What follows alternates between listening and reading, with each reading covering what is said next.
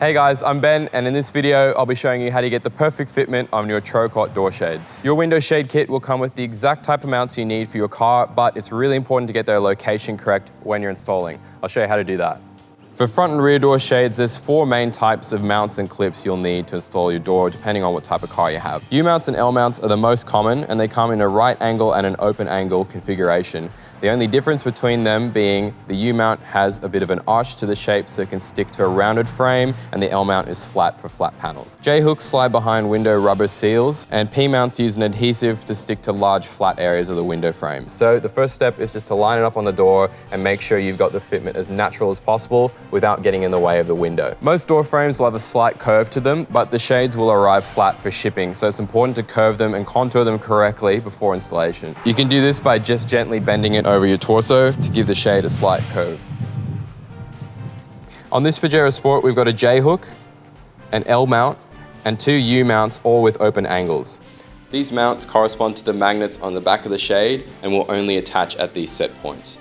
Most shades will have 2 magnets at the top of the door frame, and on the top of this door frame, it's got a slight curve to it, which is why we need that U-mount, because it's going to adhere to the curve of the door really nicely. J-hooks don't use any adhesive, they just install underneath the window seal.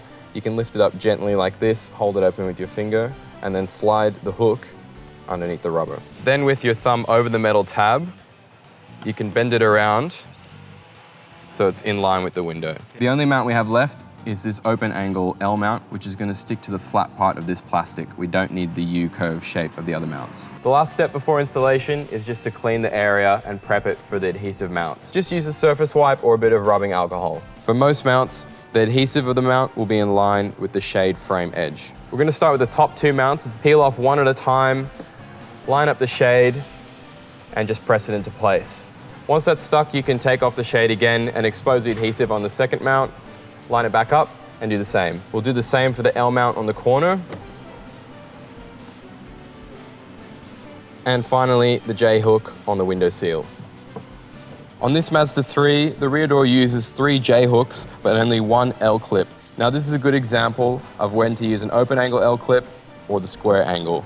As you can see, the open angle has a magnetic surface nice and parallel with the glass. Using the right angle clip, you can see the angle is going to be wrong. These images side by side show how important it is to get the mount angle correct to make sure the magnet contacts it properly. But if you need to adjust it for any reason, you just gently bend it by holding the 2 halves, and you can open it up to be any shape you want. Sometimes it can help to stick the mounts and clips on where you think they need to be, hold it up for a test fit, and do any changes if you need to.